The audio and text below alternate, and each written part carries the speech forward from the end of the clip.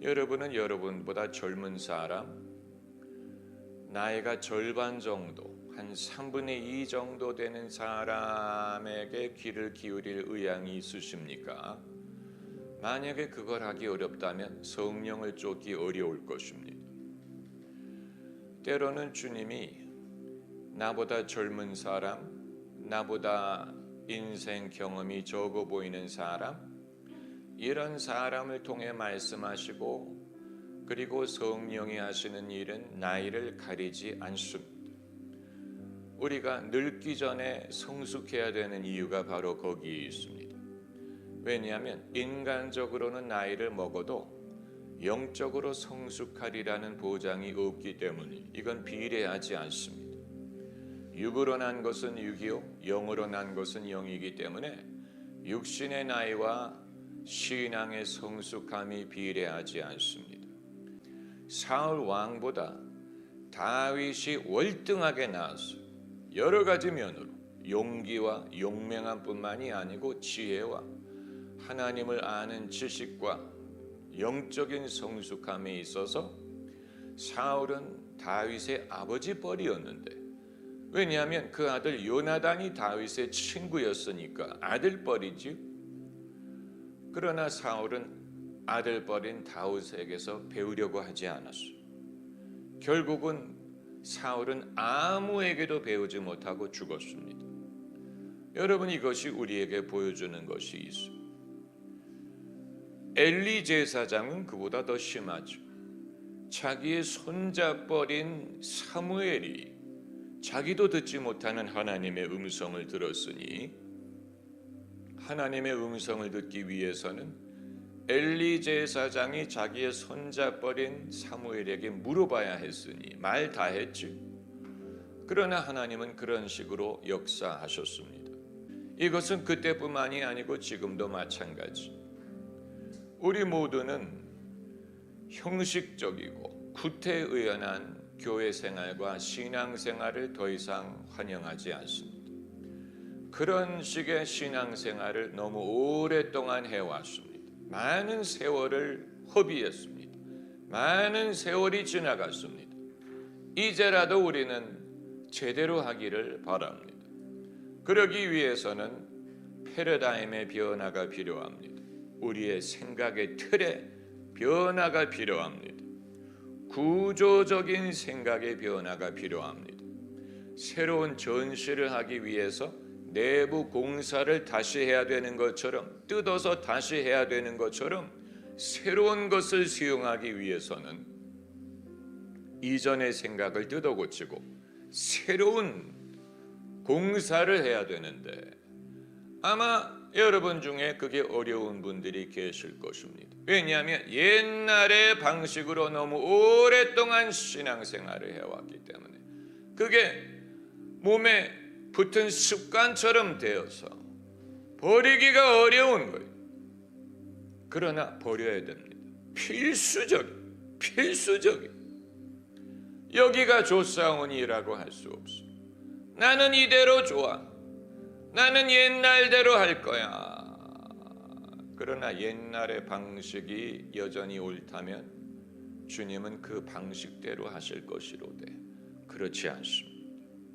옛날의 방식은 그때는 좋았습니다. 그러나 거기에 많은 부작용이 누적이 됐어요. 이제는 그 부작용 때문에 그 방식이 더 이상 정당하다고 고집할 수 없습니다.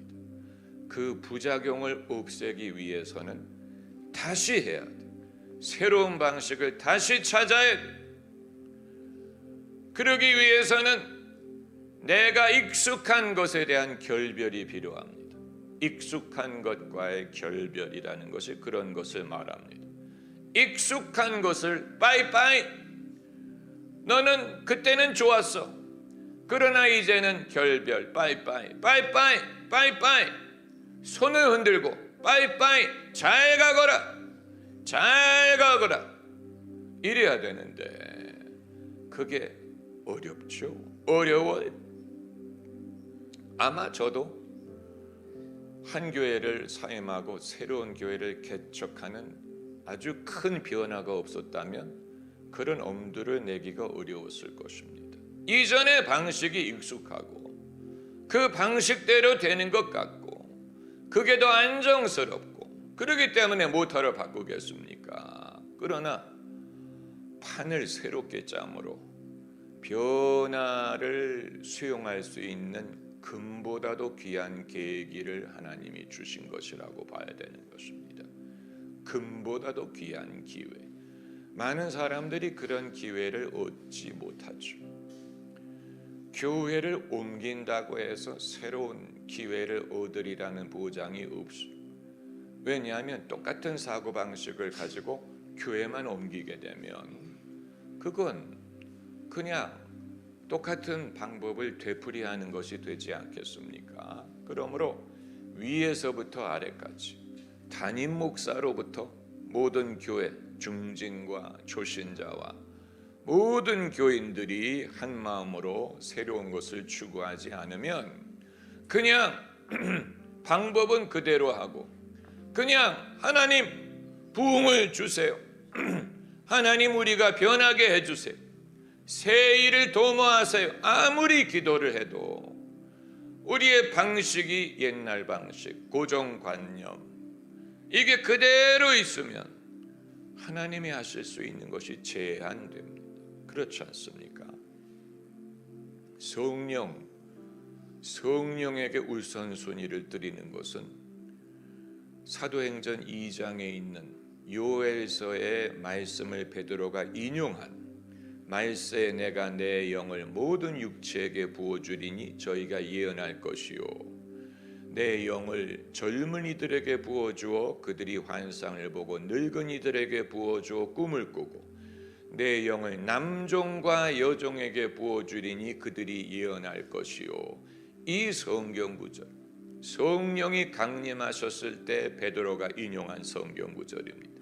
말세에 주님이 당신의 영을 모든 육체라고 하셨고 젊은이와 늙은이와 남종과 여종 그리고 예언할 것이라고 해서 우리가 그 구절을 문자 그대로 받아들입니다.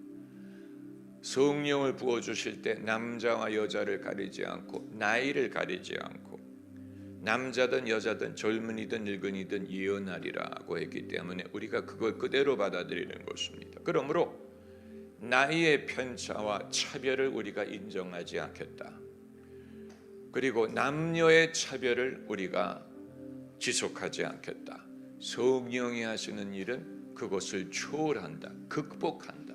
이걸 우리가 믿는 것입니다. 할렐루야.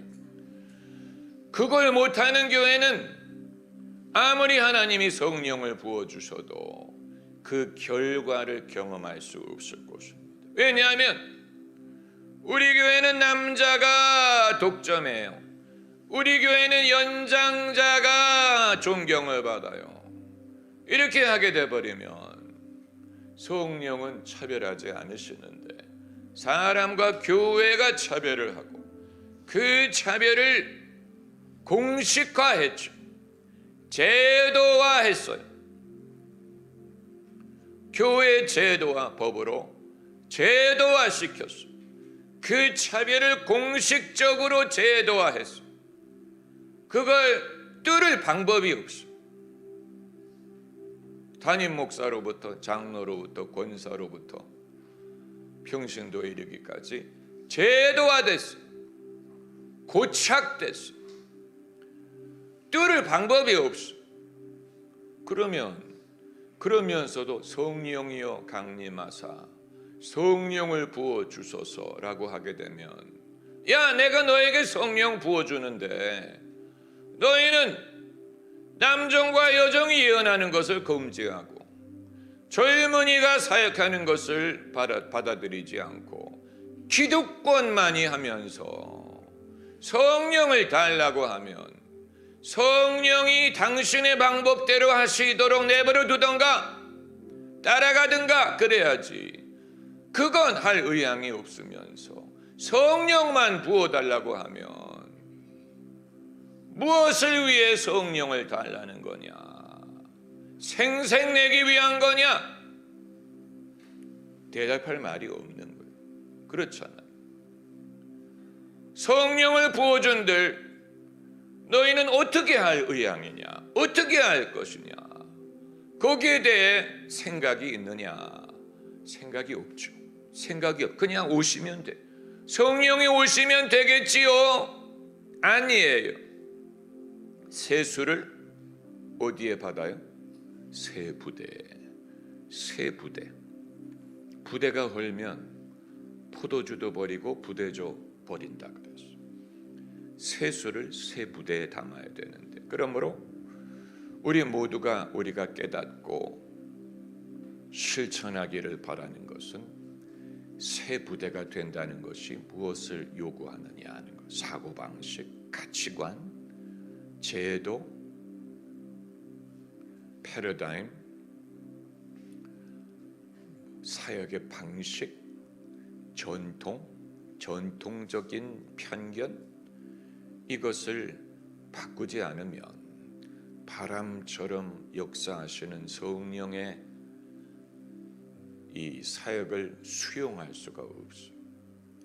제가 오늘 지금 말씀드리는 것은 돈을 주고도 들을 수 없는 귀중한 말씀이에요. 귀중한 말씀. 오늘날 우리가 필요로 하는 것은 성령이 더 오셔서, 성령이 더 큰 능력으로 오셔서, 이미 여러 번 그 능력으로 오셨죠. 그런데 우리의 부대가 새롭지 않기 때문에 여러분이 이론적으로 동의하실 거예요.